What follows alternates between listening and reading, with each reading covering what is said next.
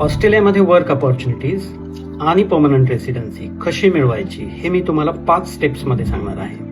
माझं नाव संतोष रेड्डी, तुमचा Australian qualified immigration lawyer from Melbourne, Australia. Step number 1, skills assessment.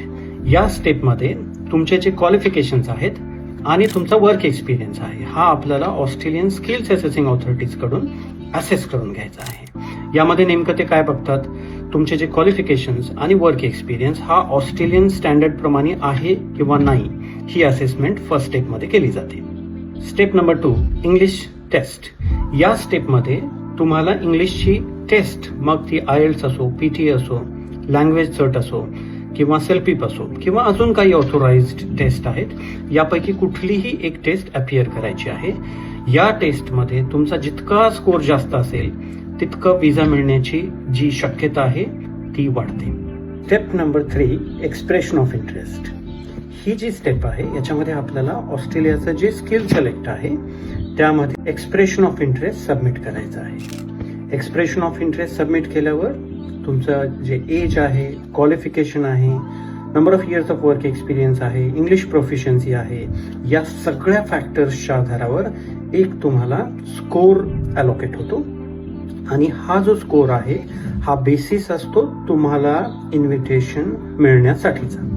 जितका score हा जास्त असेल तितकं इन्व्हिटेशन येण्याची शक्यता ही वाढते. Step number 4, nomination applications. ऑस्ट्रेलियामध्ये जितके स्टेट्स आहेत आणि टेरिटरीज आहेत, प्रत्येक स्टेट आणि टेरिटरीच्या वेगळ्या ऑक्युपेशन लिस्ट आहेत आणि नॉमिनेशनचे त्यांचे वेगळे इलिजिबिलिटी क्रायटेरियाज आहेत. तर त्यांच्या ऑक्युपेशन लिस्ट आणि इलिजिबिलिटी क्रायटेरियाज या बेसिसवर आपल्याला प्रत्येक स्टेटला किंवा टेरिटरीला तुमचे नॉमिनेशन ऍप्लिकेशन्स हे सबमिट करायचे आहेत.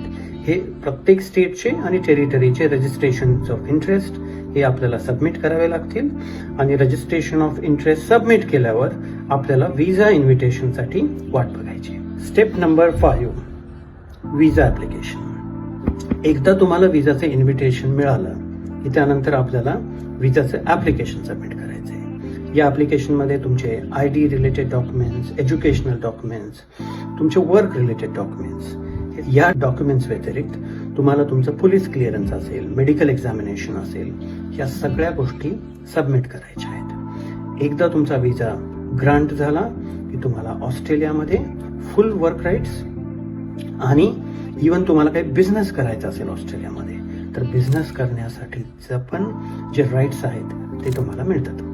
ओके, आय नो की ही प्रोसेस कॉम्प्लिकेटेड आहे, कॉम्प्लेक्स आहे, कॉम्पिटेटिव्ह आहे. However, we will help you in all the stages of immigration. All the best for your immigration journey. Thank you very much.